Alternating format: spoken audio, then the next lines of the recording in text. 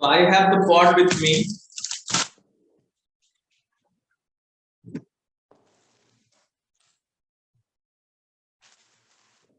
ये basic pot है. I think it is on recording. इसमें देखेंगे तो दो अलग अलग पाइप हैं. एक तो कैथेडर बोलते हैं जो हमारे एनस में जाती है. आप कोई भी एनिमा लेंगे तो उसमें आपको ये कैथेडर मिलेगी. ये ट्रांसपेरेंट हो सकती है या तो फिर कभी कभी वो लोग नोजल टाइप में देते हैं, पर नोजल से ज्यादा कंफर्टेबल ये है क्योंकि ये ज्यादा लूज है, वो थोड़ा हार्ड होता है. So this portion will go into our anus. तो ये सेकेंड पोर्शन है. नॉर्मली आप कोई भी एनिमल लेते हैं तो इसमें दो नोजल मिलता है. आप इसको ब्रश के जैसा यूज कर सकते हैं. और ये है मेन डब्बा. डब्बे में एक पहली नोजल है, पहली ट्यूब है. ट्यूब का पहला सिरा डेफिनेटली इसमें लगेगा एंड सेकेंड सिरा ओपन होगा. ये this is how it is. इसमें हम लोग ये वाला पोर्शन लगाते हैं. ये हमारा टैप हो गया. Open and close, open and close. बहुत simple. Open and close. So दो तीन चीज सिर्फ ध्यान रखनी है. पहला जो सबसे इंपॉर्टेंट है, हमें पानी, इसके लिए मैंने जो आप लोगों को लेने के लिए बोला वो छोटी है. ये लगभग 1 लीटर 1.5 लीटर पानी आता है. ये दिस इज नॉट सबके लिए अच्छा नहीं है. कुछ पेशेंट्स ले सकते हैं 400 500 700 800 ml तक, जो बहुत क्रोनिक जिनका प्रॉब्लम है स्टार्टिंग के कुछ दिन तक, 10-15 दिन तक. पर उससे बेहतर हम कम पानी का मैक्सिमम होल्डिंग पे रखें, वो ज्यादा बेहतर है. सो आपको पानी 200 से 300 ml तक लेनी है. That much, that's it. 200 से 300 ml. और उसके बाद ये मिनिमम लगभग 2 से 3 फीट ज्यादा आपसे ऊंची जगह पे रखना है. हैंग करनी है. हैंगिंग के लिए इसमें दिया हुआ है. इस पूरी क्रिया को हमारे ऋषियों ने संजीवनी क्रिया बोला. संजीवनी मतलब जो जीवन को फिर से सजीव बना दे. तो हमारे आंतों को जहां से जीवन की धारा बहती है उसको ठीक करने वाला है. अब मैं आपको स्लाइड में लेके जाता हूं. बहुत मेहनत से अविनाश जी ने बनाया है. आई थिंक उनको एक अपलाउड डिजर्व करता है. हम इस पूरे वीडियो में, आज के वीडियो में समझेंगे 3 चीज. पर्पस क्या है, प्रोसीजर क्या है और रिस्क क्या है. सो पर्पस बहुत सिंपल है. ये है हमारा बड़ी आंत और ये है साइड साइड में जमा होने वाली मल. आप सबको दिख रहा होगा. हमारा लैट्रिन तो साफ हो जाता है लेकिन इन घरों में गंदगियां जमा ही रहती है. बिकॉज जो हम खाना खाते हैं उसके अंदर वो ताकत नहीं है जो अपने आप को खुद से साफ कर ले. इसके कारण ये टिकती नहीं है.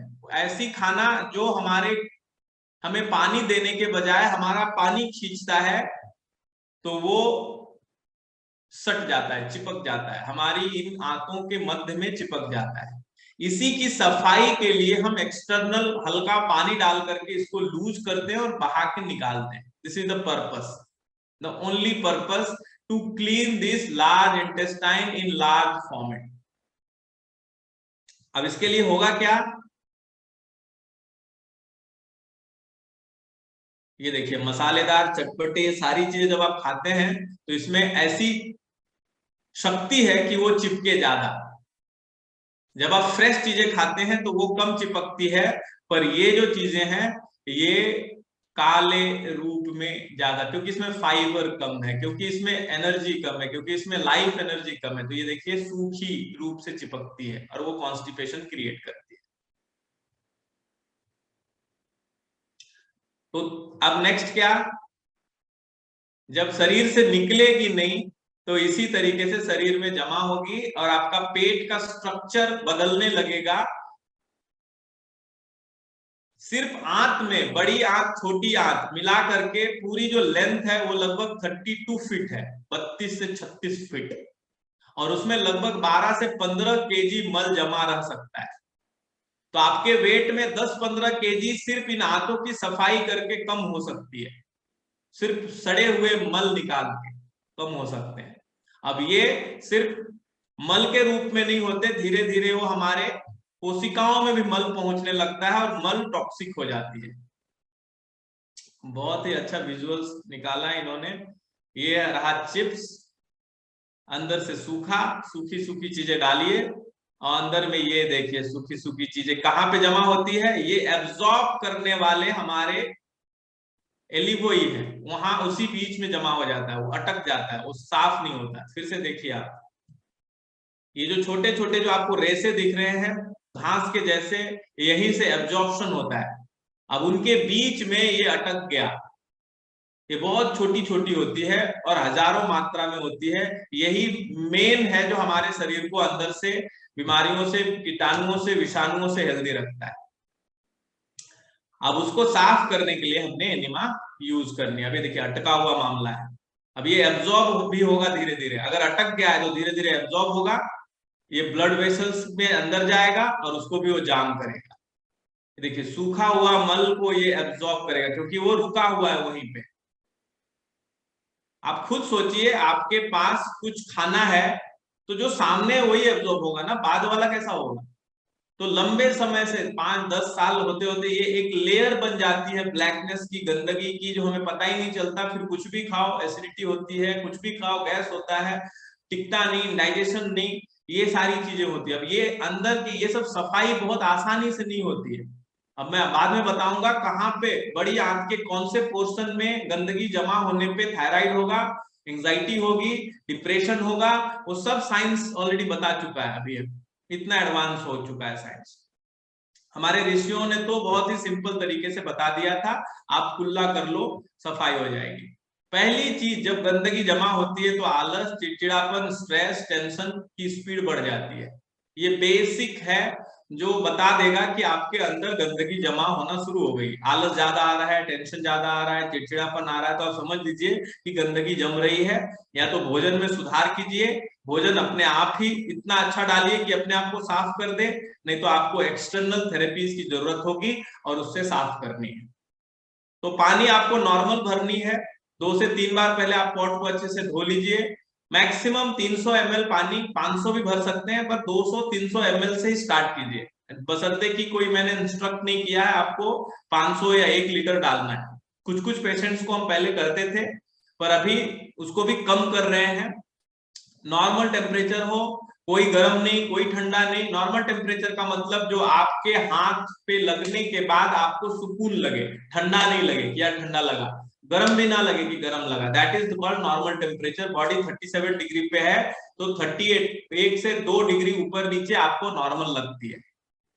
देन सेकेंड है जो नोजल है, जो मैंने अभी दिखाया, जो ब्रश है जो एनस में जाएगा, वहां पे आप ऑयल लगा सकते हैं, हल्का सा ऑयल लगा सकते हैं। इसमें आप देखिएगा उसमें ऑयलमेंट लगाई गई है, वो ऑयल नारियल तेल सबसे अच्छा है क्योंकि वो किसी भी तरीके का जलन नहीं क्रिएट करता है।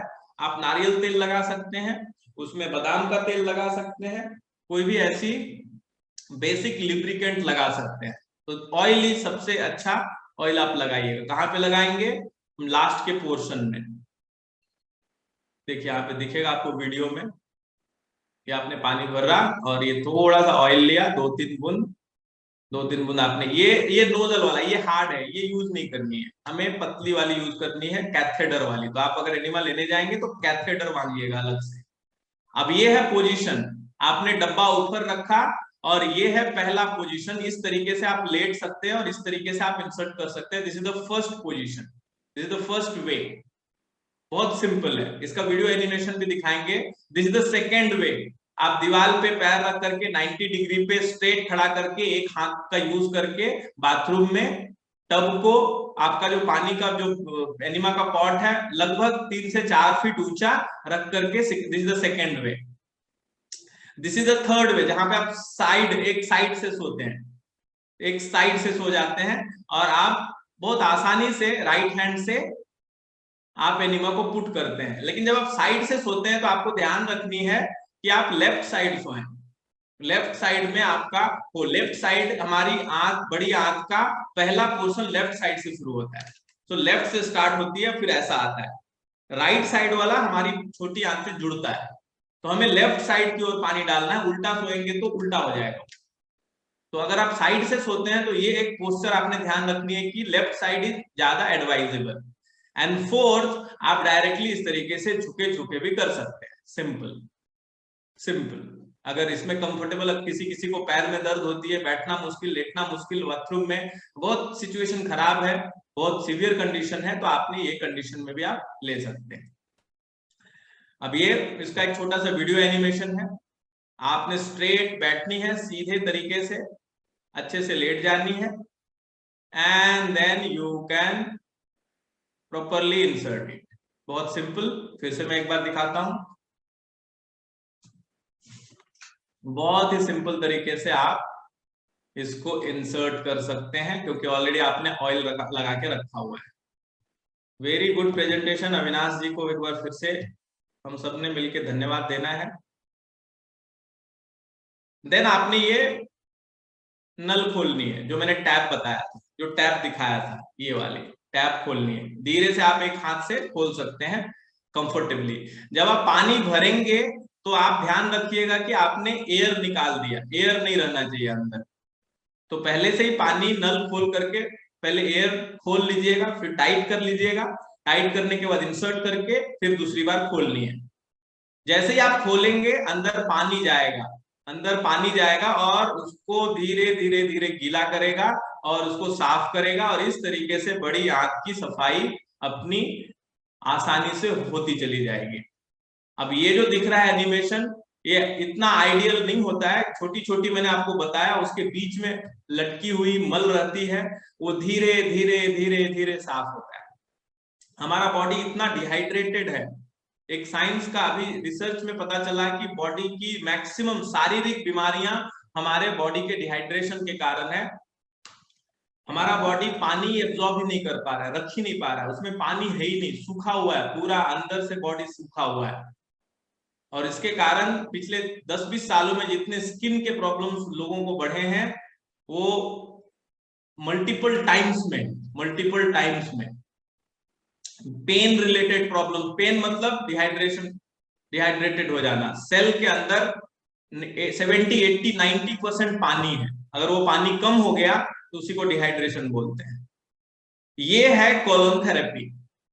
अब आप सोचिए, ये आपका, अगर यहां पे गंदगी जमी है बहुत ही छोर में, तो प्रोस्टेट के ऊपर प्रेशर आता है, लोगों को प्रोस्टेट बढ़ते हैं। ये बड़ी आंत का निचला पोर्शन यहां पे अगर जमा होगा तो आपके जेनाइटल्स के ऊपर भी फर्क आएगा। आपका यूरिन आपके टॉयलेट के साथ कनेक्टेड है बहुत जल्दी। जैसे ही यूरिन की कैपेसिटी बढ़ती है, तो एनी टाइम आप देखेंगे जब जब आप टॉयलेट करते हैं यूरिन होती है, वो दोनों इतना इंटरलिंक है, दोनों की सेंसेशंस इतनी इंटरलिंक है। टॉयलेट करते समय आपको यूरिन की सेंसेशन भी नहीं आएगी, फिर भी यूरिन होगा। तो लैट्रिन का यूरिनेशन से बहुत ही गहरा रास्ता है, और वो इस कारण है क्योंकि इसी के जस्ट पीछे में उसके सेंसेशन है। तो कभी कभी हमारी गंदगी जब ज्यादा यहाँ पे जमा रहेगी तो आपको यूरिन भी ज्यादा बार आएगा, पर मल हो नहीं रहा है, मतलब यहाँ तो गंदगी जमा है पर वो सेंसेशन बार बार ट्रिगर कर रहा है, तो आपको यूरिन होगा। तो कभी कभी आप देखेंगे, आपने अगर एनिमा लगाया और यहाँ की गंदगी साफ हो गई तो बहुत अच्छा लगेगा। अगर इस लेवल पे, नीचे वाले पोर्शन पे, तो ब्लैडर के प्रॉब्लम्स होंगे। यहाँ पे होगा तो ग्लैंड्स, जितने भी ग्लैंड रिलेटेड प्रॉब्लम होंगे। यहाँ पे अगर गंदगी जमा हुई, ये लगभग लेफ्ट साइड से आप काउंट करेंगे तो 7वां 8वां घर है, पेल्विस। यहाँ पे किडनी के पॉइंट्स हैं, यहाँ से मैक्सिमम एब्जॉर्प्शन, जो नसें जुड़ी हुई है बॉडी में, तो हर जगह से जो नसें पहली जहां पे हिट होती है, तो यहाँ की गंदगी किडनी को सबसे ज्यादा मिलती है, और यहाँ की मल काली और टुकड़ी वाली होती है। ये एंड्रिलल ग्लैंड, जिसका फ्लक्चुएशन माइंड का। तो कभी कभी जब आप एनिमा करेंगे, करने के बाद आपको बहुत हैप्पीनेस लगेगा, अंदर से खुशी मिलेगी। क्यों? क्योंकि ये वाला पोर्शन टच हो गया और यहाँ की सफाई हो गई। आपको करने के बाद ऐसा लगेगा कि यार एकदम मजा आ गया, सबसे ज्यादा मजा आ गया, क्योंकि वो एंड्रिनल ग्लैंड को भी टच करता है और वहां से जो भी एंजाइम्स और हार्मोन्स निकलते हैं, टीएचएस, सब साफ करता है। ये पैंक्रिया का पोजीशन है, ये स्प्लीन का। तो ये लेवल में बहुत गंदगी, कॉर्नर पे अगर गंदगी पहुंची तो हमारा डायबिटीज, पैंक्रिया किससे कनेक्टेड है? इंसुलिन से। इंसुलिन किससे कनेक्टेड है? बीटा सेल से। वो किससे कनेक्टेड है? तो शुगर से। तो यहां से, ये कॉर्नर से जब यहाँ की गंदगी बढ़ते बढ़ते बढ़ते यहाँ पे आके जमा होती है, ये मोड़ है, ये देखिए मोड़ है, यहाँ से लेफ्ट, ये मोड़, मोड़ पे साफ होना मुश्किल होता है। और इसके कारण बहुत सारे लोगों को पैंक्रिया रिलेटेड प्रॉब्लम है। पैंक्रिया रिलेटेड प्रॉब्लम के पहले स्टमक रिलेटेड प्रॉब्लम आएगा। देखिए स्टमक, पेट, उसके पहले के पॉइंट्स हैं, ये थोड़ा गड्ढे में है। और ये निचला साइड में हार्ट का डिस्कम्फर्ट भी है और हार्ट रिलेटेड प्रॉब्लम है। हार्ट के प्रॉब्लम्स कम पता चलते हैं क्योंकि बॉडी बहुत एनर्जी हार्ट के ऊपर लगाती है, पर हार्ट के प्रॉब्लम्स जिसको हैं डेफिनेटली आप देखेंगे फिर उनको स्टमक का प्रॉब्लम आ रहा है, पैंक्रिया का प्रॉब्लम आ रहा है, या जिसको पैंक्रिया अगर आगे का नल जाम हो गया तो धीरे धीरे पीछे का भी जाम होने लगेगा। इसके लिए हार्ट और डायबिटीज दोनों इंटरकनेक्टेड है। हार्ट, स्टमक और डायबिटीज बहुत इंटरकनेक्टेड है, क्योंकि गंदगी अगर यहाँ पे जमा हुई है तो धीरे धीरे फैल के यहाँ तक पहुंचेगी, और अगर आगे गंदगी पहले जमा हुई तो धीरे धीरे फैल के पीछे भी जमा होगी, क्योंकि वो साफ नहीं हो रहा है। गंदगी अटकते जाएगी, अटकते जाएगी तो वो हार्ट को डिस्कम्फर्ट करेगी, फिर हार्ट के रिलेटेड प्रॉब्लम होगी। और पीछे कॉर्नर पे तो गॉल ब्लैडर तो स्टार्ट होती है इस बीमारी से, और अगर रुकते रुकते फैलते फैलते यहाँ पहुंची तो मल्टीपल डिजीज हमें होने लगते हैं। फिर लिवर हो जाएगा, liver related problem, bladder related problem. कभी कभी किसी किसी आदमी को सिर्फ इस पोर्शन पे गंदगी जमा होती है तो उसके गॉल ब्लैडर में बोलते हैं स्टोन जमा होने लगा, क्लीनिंग नहीं हो पा रही है। यहाँ की नस डायरेक्टली हमारे ब्लैडर पे पहुंचती है, ब्लैडर के बगल में ही लिवर है। ये अभी जस्ट जॉन्डिस की हम लोग बात कर रहे थे, ये लिवर, ब्लैडर, ये दोनों इंटरकनेक्टेड है। यहीं से फीवर मैनेज होती है, यहीं से सब कुछ। तो फीवर का एक्यूप्रेशर पॉइंट भी आप चेक करेंगे तो यहीं पे है, यहाँ पे ऊपर में। ये कहाँ पे आएगा? आपके पंजड़े के जस्ट नीचे, इस पोर्शन में लोगों को दर्द होती है, इस पोर्शन में। इसी का थोड़ा सा आगे जाएंगे तो यहाँ पे हार्ट, हार्ट पोर्शन बोलता है, यहाँ पे मेरे को चुभ रही है। हार्ट देखिए कहाँ पे, स्टमक बिल्कुल ये बीच में, पंजड़े के बीच की पोर्शन, पैंक्रिया यहाँ पे। उसके पहले अगर गंदगियां जमा होगी, जो शुरुआत है, तो डिफिशियंसी क्रिएट होनी शुरू हो जाती है, जो मैक्सिमम हमारे ग्लैंड्स को जाती है। कैल्शियम डिफिशियंसी हो जाएगी, थायराइड मतलब थायरोक्सिन की डिफिशियंसी हो जाएगी, मिनरल डिफिशियंसी हो जाएगी, एयर डिफिशियंसी में आस्थमा हो जाएगी। तो बॉडी के अंदर एलर्जी और डिफिशियंसी क्रिएट होना शुरू होता है। कब? आंखों के ऊपर आप देखेंगे, इधर साइनस हो गया, इंडाइजेशन, फूड रिफ्लक्स आना शुरू हो गया, फीवर, थाइमस, जितने भी इंफेक्शन, ये सब जब छोटी आंत से बड़ी आंत में मल आता है और वहीं पे अटक जाता है, तो पहली स्टार्टिंग यहीं से होती है, डिफिशियंसी से होती है। क्योंकि क्या होता है, जब छोटी आंत में खाना पचा, बड़ी आंत की जो पहली जो खेप है, पहले जो घर है 10-15, वहां से बहुत जल्दी न्यूट्रिशन एब्जॉर्ब हो जाती है। अब न्यूट्रिशन एब्जॉर्ब क्या होगी? वहां तो गंदगी जमा है, तो गंदगी जमा है तो गंदगी एब्जॉर्ब होगी, तो न्यूट्रिशनल डिफिशियंसी होनी शुरू हो जाएगी। और न्यूट्रिशनल डिफिशियंसी यहां से होगी, और धीरे धीरे धीरे धीरे धीरे अलग अलग पोर्शन पे जमा हुआ तो अलग अलग बीमारियां होंगी। तो are we clear? Internal site को अगर हम थोड़ा सा साइंटिफिक रूप से समझ लें एक बार, तो बहुत हेल्प कर सकते हैं अपने आप को।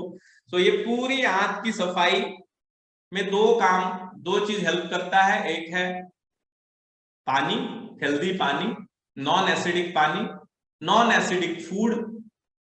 और अगर ये दोनों से नहीं साफ हो पाया, क्यों नहीं साफ हो पाया? क्योंकि बहुत पुरानी है और शरीर भी अंदर से सूखा हुआ है, तो वो चिपक गई है। लोगों को तो ब्लड आने लगते हैं। अभी जो चिपका हुआ मल था जो मैंने दिखाया, वही मल अगर किसी कारण से आप निकाल देते हो तो कभी कभी वो घाव हो जाती है, तो फिर वो सीबीडी हो जाती है ना। अलग अलग तरीके के ब्लड से रिलेटेड बीमारियां हो जाती है, वहां पे कैंसर के ट्यूमर्स बनने लगते हैं अगर ज्यादा अटक गया तो कोई भी चीज आप देखेंगे सोराइसिस हो जाती है, इंटरनल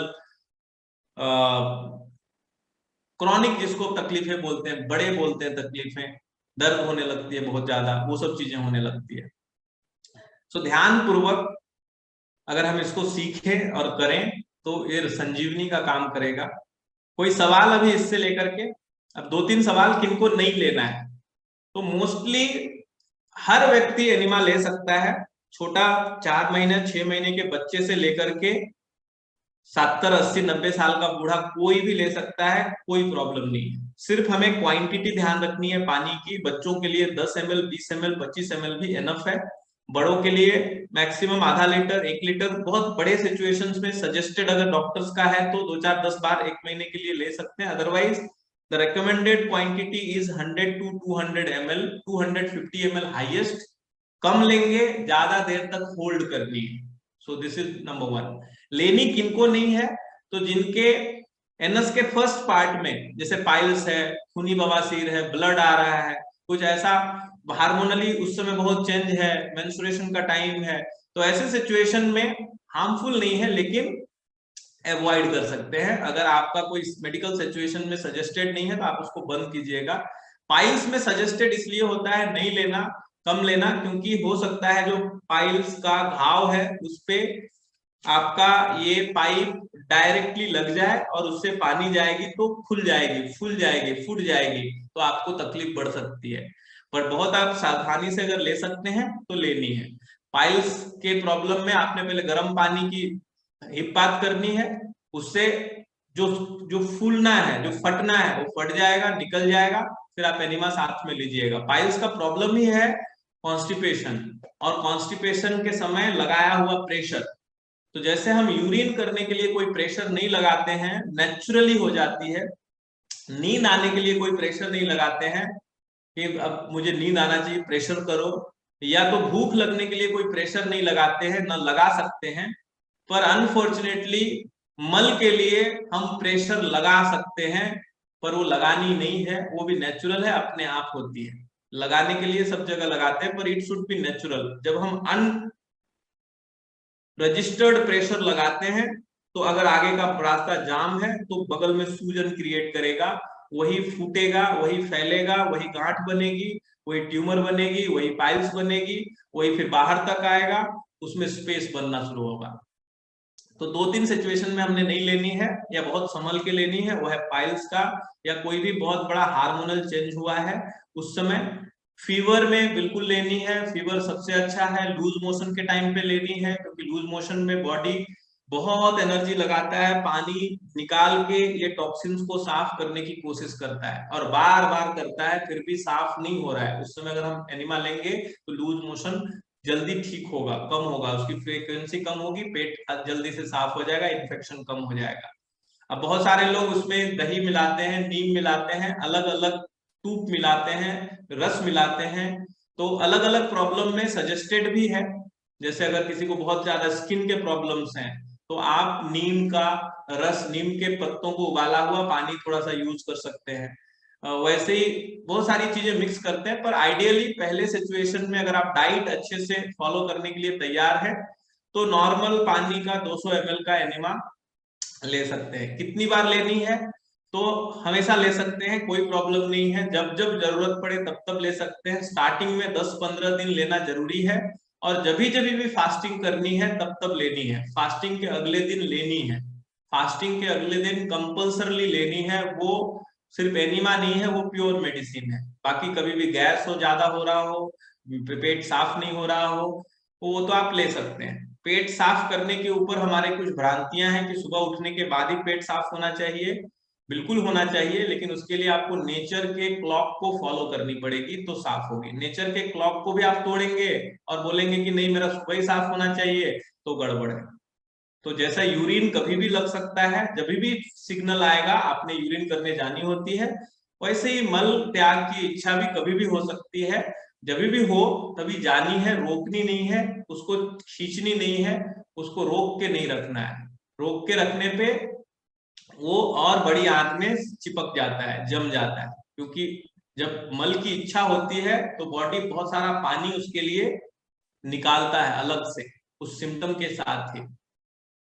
चौथी चीज हम 2 बार ले सकते हैं क्या? बिल्कुल ले सकते हैं, सुबह शाम ले सकते हैं। अगर क्रॉनिक प्रॉब्लम है, क्रॉनिक प्रॉब्लम मतलब आपके फॉर्म भरते हो उसमें आपने क्रॉनिक लिखा है, मल्टीपल प्रॉब्लम मल्टीपल ईयर्स से, तो आप 2 बार भी ले सकते हैं, शुरुआत के 10 दिन, 15 दिन, 1 महीना। साइड इफेक्ट क्या क्या है? साइड इफेक्ट कुछ भी एज सच रजिस्टर्ड नहीं है। अगर आप अच्छे से लेंगे, ध्यान से लेंगे, नॉर्मल पानी का लेंगे, तो जो भी इफेक्ट्स हैं हेल्दी इफेक्ट्स हैं, अनहेल्दी इफेक्ट्स कुछ भी नहीं है। आदत लग जाएगा क्या? बिल्कुल आदत नहीं लगेगी। और अगर आदत भी लगती है तो आपको लगेगा कि आदत लग रहा है, आदत अच्छी चीजों की बॉडी लगता नहीं हो वो। तो कभी कभी ऐसा लग सकता है कि एनिमा लेने के बाद नॉर्मल मोशन नहीं हो रहा है, 1 महीना नहीं हो रहा है, 2 महीना नहीं हो रहा है, 1 दिन नहीं हो रहा है, 10 दिन नहीं हो रहा है, दैट इज ऑल ओके। आप कंसिस्टेंटली जब जब भी आपको जरूरत पड़े, जैसे हम हर दिन ब्रश कर लेते हैं, हर दिन ब्रश करना जरूरत है क्या? बिल्कुल जरूरत है, क्योंकि गंदा हर दिन हो रहा है तो हर दिन साफ करना है। तो हर दिन आप एनिमा भी ले सकते हैं। This the same quality. मुंह के जो मसल्स हैं और जिस तरीके का मुंह का कैविटी है, हमारी नीचे एनस का मसल्स और कैविटी सेम है। जब आप एनिमा में पानी डालेंगे तो जिस तरीके से मुंह से आप कुल्ला फेंकते हैं, वहां का भी मसल वैसे ही कॉन्ट्रैक्ट होता है और उसी तरीके का प्रेशर से कुल्ला निकलता है। आप फील किए होंगे अगर आपने एनिमा लिया होगा। तो दोनों सेम तरीके से, यहाँ पे दांत है वहां पे दांत नहीं है, इतना ही फर्क है, बाकी कोई फर्क नहीं। Now if you have any question, anyone Guruji can raise hand and ask. मैं शैलेश कुमार बोल रहा हूँ। बिल्कुल, गुरुजी मैं शैलेश कुमार बोल रहा हूँ। बोलिए। कह रहे हैं कि एनीमा में जो वाटर का क्वांटिटी बताए हैं वो मैक्सिमम कितना होना चाहिए? कुछ कुछ को शुरुआत में अगर कोई सजेस्ट करते हैं तो आप मैक्सिमम ले सकते हैं 300, 400, 500, 600 ग्राम भी ले सकते हैं, एमएल भी। पर आइडियली लॉन्ग टर्म के लिए जो सजेस्टेड है वो है कम लीजिए, ज्यादा देर होल्ड कीजिए। अब किसी के पास टाइम नहीं है तो आप ज्यादा पानी लेकर के जल्दी कर सकते हैं, पर वो लॉन्ग टर्म सजेस्टेड नहीं है। मैंने जैसा अभी बताया, 250 इज द आइडियल वाटर, 250 या और कम, 100 ml। तो पानी की क्वांटिटी इंपॉर्टेंट नहीं है, पानी जो अंदर गया उसको आप अगर लंबे समय तक होल्ड कर रहे हैं तो वो ज्यादा अच्छा है। शुरुआत में आपने कभी एनिमा नहीं लिया तो शुरुआत के कुछ दिनों के लिए आप ज्यादा पानी डाल सकते हैं, क्योंकि वो जो लास्ट का एनस है, पोर्शन है, बड़ी आंत, उसको साफ कर सकता है। लेकिन अंदर तक पानी तब जाएगा जब पानी पेट के अंदर 5-10 सेकंड के लिए, 5-10 मिनट के लिए, सेकंड के लिए नहीं, मिनट के लिए आप होल्ड करते हैं। अब इशू क्या है, ज्यादा पानी लेने से होल्ड नहीं होती है, आप मुश्किल से 5-10 सेकंड ही होल्ड कर पाएंगे। तो जितना ज्यादा आप होल्ड करेंगे उतना सूक्ष्मतम लेयर्स पे वो सफाई होगी। कंटिन्यू क्या रहेगा? कंटिन्यू मतलब लेना है 3 बार कि एक बार में ही हो जाएगा? नहीं, होल्ड करेंगे तो एक बार में आपको समझ में आ जाएगा, एक बार में ही हो गया। अच्छा और अगर अच्छा। आप जल्दी जल्दी लेते हैं फास्ट में, या बहुत पहले से बहुत इशू है, तो फिर उसमें हम 3 बार, जो पहले मैं सजेस्ट करता था, आप फास्ट बैठ करके 3 बार लीजिए। हाँ तो टूटती है, नीचे का पोर्शन टूटता है, पहले बार में तो गैस ही निकलती है, दूसरे बार में मल निकलता है, वो तो आपने एक्सपीरियंस भी किया है, और तीसरे बार में आपको क्लीननेस की फीलिंग आती है। वही चीज आप कम पानी मिला करके 10-15 मिनट घूमते घूमते बॉडी के अंदर सर्कुलर साइड में अगर करेंगे तो आपको वो फीलिंग महसूस हो सकती है। अगर नहीं होगी तो फिर मैं सजेस्ट करता हूँ आप 3 बार लीजिए।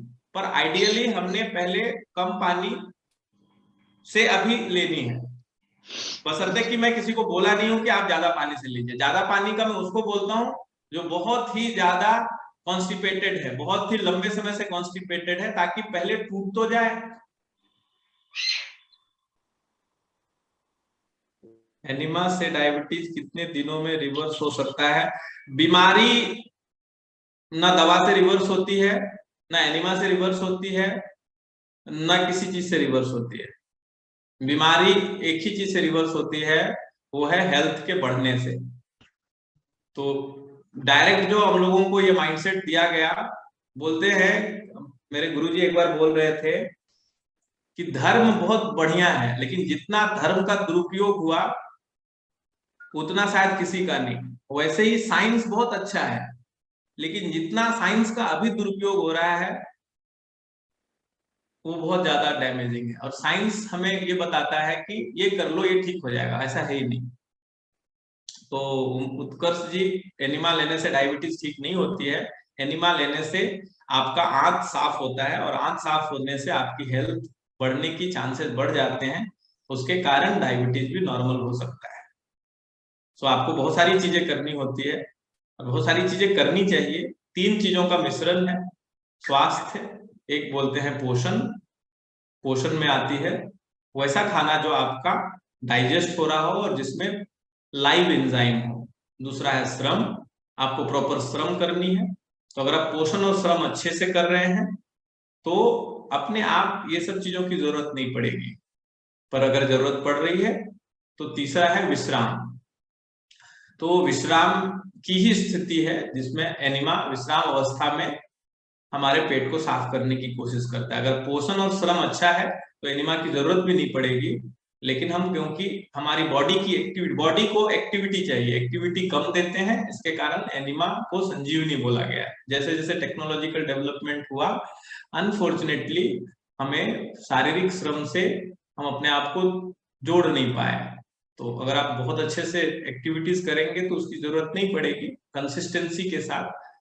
तो अभी जरूरत इसलिए है क्योंकि हम इन दोनों चीजों में इम्बैलेंस कर चुके हैं। तो पोषण भी हम लोग का सात्विक नहीं रहा, बहुत ही ज्यादा कमर्शियलाइज्ड रहा, प्रोसेस्ड रहा, और दूसरा हमारा श्रम वाला भी हिल गया। तो श्रम, पोषण और विश्राम, अगर आप पूरे लाइफ को देखेंगे तो यही 3 चीज है। आप जागे हुए हैं, आप सोए हुए हैं, या आप कोई एक्टिविटी में लगे हुए हैं, कोई काम में लगे हुए हैं। तो ये तीनों को बैलेंस करनी है। नेक्स्ट क्वेश्चन किसका है? उत्कर्ष जी का। डायबिटीज के लिए कितने बार कब? डायबिटीज के लिए नहीं, हर किसी के लिए करनी है। और ये डिपेंड करता है आपको, जब तक आपके अंदर गैस, एसिडिटी, कॉन्स्टिपेशन, लेथार्जी, मैंने बताया आपकी पहली फीलिंग, बीमारी की पहली फीलिंग क्या है? बीमारी की पहली फीलिंग ब्लड शुगर का नंबर नहीं है। बीमारी की पहली फीलिंग हार्ट का ब्लॉकेज हो जाना नहीं है। बीमारी की पहली फीलिंग कैंसर हो जाना नहीं है। बीमारी की पहली फीलिंग क्या है? एनर्जी का लो हो जाना, लेथार्जी लगना, वीकनेस लगना, थकान लगना, बॉडी के अंदर थोड़ी बहुत कहीं पे दर्द करना, ये सब पहली फीलिंग है। और यहाँ पे ही बच्चों को आप देखिए, कितना भी दौड़ा लीजिए फिर से दौड़ेगा, क्योंकि उनको थकावट की फीलिंग नहीं है। वो फीलिंग है ही नहीं, वो थकते ही नहीं। तो थकावट की फीलिंग शरीर के अंदर डिफिशियंसी की फीलिंग है। आपने प्रॉपर न्यूट्रिशन नहीं दिया जितना आप यूज कर रहे हैं, या आपने दिया भी तो वो गलत दिया, गलत टाइम पे दिया, गलत क्वांटिटी में दिया, गलत चीज दिया। तो इसको ध्यान रखनी है कि जब भी आपको वीक लगे फीलिंग में, तो आप एनिमा ले सकते हैं। सिकवाल जी का, सर इसको कहीं इरफान मेरा भाई का पिलो 10 है। इकबाल जी बोल रहे हैं उनका भाई का क्रिएटिनिन लेवल जो पहले 17 था अभी 10 पे आ गया है, ये कुछ थेरेपीज ले रहे हैं। तो ठीक है, और कोई? एनीवन? मनीष आनंद, चौबे पांडे। यस यस, गुरुजी नमस्ते। नमस्ते। गुरुजी, लूज मोशन में नॉर्मल पानी से ज्यादा थोड़ा ठंडा पानी बेहतर रहेगा क्या? थोड़ा बेहतर रह सकता है, पर नॉर्मल पानी भी इफेक्टिव होती है। ठंडा पानी हमें कॉन्ट्रैक्ट करता है ना। तो नॉर्मली जब लूज मोशन होती है, तो लूज मोशन का अगर आप प्रोटोकॉल देखेंगे बॉडी के अंदर, तो गर्मी बढ़ी रहती है। जब तक गर्मी नहीं बढ़ेगी तब तक बॉडी अपने ही पानी को रिलीज नहीं कर पाएगा। तो गर्म होता है तो लूज मोशन होती है। तो लूज मोशन की पानी भी गर्म होती है और मल भी गर्म होता है। कॉम्परेटिवली हर दिन से आधा डिग्री 1 डिग्री ज्यादा गर्म होगा। तो ठंडा पानी लेने से थोड़ा सा गर्मी, ठंडापन आ जाती है पूरी बॉडी में। तो बॉडी का खुद का पानी रिलीज करने की कैपेसिटी कम होती है, उसके कारण आपको लगेगा कि अच्छा हुआ। पर उस प्रोसेस से ज्यादा मुझे अच्छा लगता है कि आप नेचुरल पानी डालिए, और जितना बॉडी को भी निकालना है निकालने दीजिए। ज्यादा से ज्यादा 1-2 बार आप करेंगे तो लूज मोशन नॉर्मल ही हो जाएगा। साथ में आप ऊपर से सूखा हुआ सोंठ है ना, अदरक और हनी, ये दोनों चाटिए तो लूज मोशन नॉर्मल हो जाएगा। या तो अदरक का एक चम्मच, हनी का और मिंट का 1 चम्मच, ये तीनों लीजिएगा तो भी लूज मोशन नॉर्मल होगा। ओके गुरुजी, ओके। ठीक है, नेक्स्ट लक्ष्मण जी बोलिए। जैसे मेरे जैसे स्वास्थ्य सब ठीक है, पेट वगैरह भी सब नॉर्मल है, तो भी एनिमा लिया जा सकता है? हाँ बिल्कुल ले सकते हैं आप, 2-4-10 दिन के लिए आप लीजिए। आप कितना भी स्वस्थ हैं, अभी पेट आपका लगता है साफ है, लेकिन जब आप इसको कीजिएगा तो आपके पुराने मल निकलेंगे। पुराने मल मतलब काले निकलेंगे, बहुत बदबूदार निकलेंगे, और वो हर किसी को निकलता है, हर किसी को निकलता है, कितना भी अच्छा हो तो भी निकलता है। अगर शारीरिक रूप से हम कहीं ना कहीं तकलीफ में है तो आंत में किधर तो गंदगी रहेगी। तो बिल्कुल ले सकते हैं आप, 10 दिन के लिए, 15 दिन के लिए ले सकते हैं। पहले हम लोग टॉक्सिसिटी चेक करते थे, टॉक्सिसिटी के हिसाब से करवाते थे, अभी टॉक्सिसिटी नहीं चेक करा रहे, तो हर किसी के लिए एनिमा एडवाइजेबल है। तो पहला 5 दिन, 7 दिन, 15 दिन के लिए आप शुरू कीजिए, फिर जब जब जरूरत हुआ, वीक में 1 बार, या जब जब हम लोग अभी तो एकादशी कर रहे हैं तो 15 दिन में 1 बार, जहाँ पे हम पूरी शरीर की भी शुद्धि करते हैं, मन की भी शुद्धि करते हैं और हाथों की भी शुद्धि करते हैं, तो 15-15 दिन पे रखिए, एक क्लीनिंग का प्रोसीजर हो जाएगा, है ना। तो गुरुजी मतलब ये डेली 15 दिन लें कि 15 दिन में 1 बार लें? शुरुआत के 7-8 दिन आप डेली लीजिए, आपको देखिए क्या हो रहा है, अंदर साफ हो रही है, निकल रहा है क्या। अगर निकलना बंद हो गया तो आप नहीं ले सकते हैं, फिर 15-15 दिनों पे आप लीजिए, मतलब हर एकादशी के बाद, उपवास के बाद वाले दिन में आप लीजिए। उपवास के बाद वाले दिन में दोनों टाइम आप ले सकते हैं, है ना। जैसे और गुरुजी उपवास दूसरा, आपने कल किया तो आज सुबह लेना था, और आज रात में भी, कल के रात में भी लेना था, कल रात में और आज सुबह में, ये दोनों टाइम लिया जा सकता है, क्योंकि कल भी आपने पूरा लिक्विड लिया है और उसके बाद सफाई होगी, या तो लिक्विड भी नहीं लिया, एक ही सिर्फ नारियल पानी लिया है, और आज सुबह, तो ये 2 टाइम भी लिया जा सकता है, नहीं तो सुबह सुबह ले लीजिए तो भी कोई इशू नहीं। जी गुरुजी।